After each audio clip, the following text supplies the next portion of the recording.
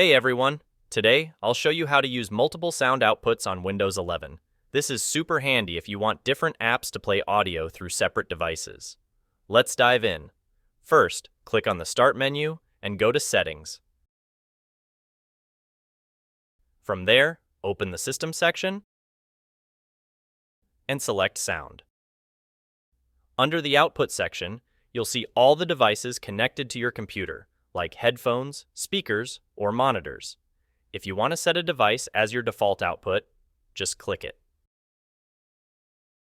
Now, if you want to assign specific apps to different devices, scroll down in the sound settings to the Advanced section and click on Volume Mixer. Here, you'll see a list of apps currently using sound. Each app has a drop-down menu next to it.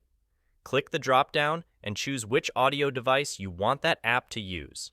For example, you can set your music app to play through your speakers while keeping your notifications in your headphones.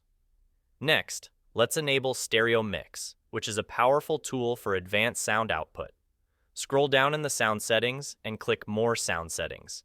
This will open the classic sound control panel. In this window, go to the Recording tab. Look for Stereo Mix. If it's not enabled, right-click on it and select Properties.